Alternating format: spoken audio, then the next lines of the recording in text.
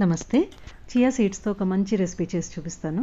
చాలా healthy diet. ఒకసారి తప్పకుండా ట్రై చేసి చూడండి. దీనికోసం 2 టేబుల్ స్పూన్ల చియా సీడ్స్ తీసుకుంటున్నాను. దీంట్లో 1/2 కప్పు పాలు రూమ్ టెంపరేచర్లో ఉన్నది. మీరు నార్మల్ డైరీ పాలు తీసుకోవచ్చు, లేదంటే వేగన్ పాలు, బాదం పాలు, సోయ్ మిల్క్ అలాగే ఏదైనా కూడా తీసుకోవచ్చు. రూమ్ టెంపరేచర్లో ఉన్న కాచినవి దీంట్లో పోసి గంట సేపు నానబెట్టుకోవాలి. ఒకసారి బాగా కలిపేసుకోండి.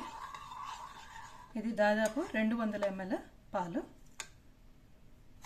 మూత పెట్టుకొని నానబెట్టుకోండి. ఒక గంట సేపు అయిన తర్వాత చూపిస్తున్నాను. చూడండి,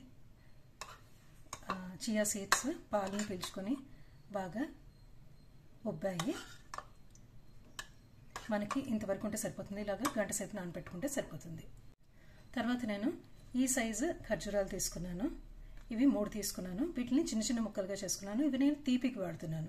మీరు ఖర్జూరాలు వద్దు అనుకుంటే పంచదార వేసుకోవచ్చు, లేదంటే బెల్లం పౌడర్ వేసుకోవచ్చు, బెల్లం వేసుకోవచ్చు, తేనె వేసుకోవచ్చు, మేపుల్ సిరప్, అలాగా చాలా ఆప్షన్స్ ఉన్నాయి. ఏవి కావాలంటే అవి వేసుకోవచ్చు. ఇవి చిన్న ముక్కలుగా చేసి ఇవి వేస్తున్నాను. ఖర్జూరం. తర్వాత 3 బాదంని చిన్న ముక్కలుగా చేసి వేసుకుంటున్నాను. 3 జీడిపప్పులు చిన్న ముక్కలుగా చేసి వేసుకుంటున్నాను.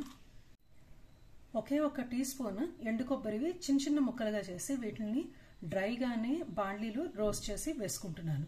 ఈ ప్లేస్లో కావాలంటే మీరు పచ్చి కొబ్బరి ముక్కలు కొని వేసుకోవచ్చు. అవి చిన్న ముక్కలుగా తరిగి వేసుకోండి. అప్పుడు ఎండు కొబ్బరి వేసుకోకుండా ఉన్నా సరిపోతుంది. 1 టీ స్పూన్ పుచ్చకాయ గింజలు, కొన్ని గుమ్మడికాయ గింజలు, కొద్దిగా యాపిల్ ముక్కలు చిన్న ముక్కలుగా చేసి వేసుకోండి.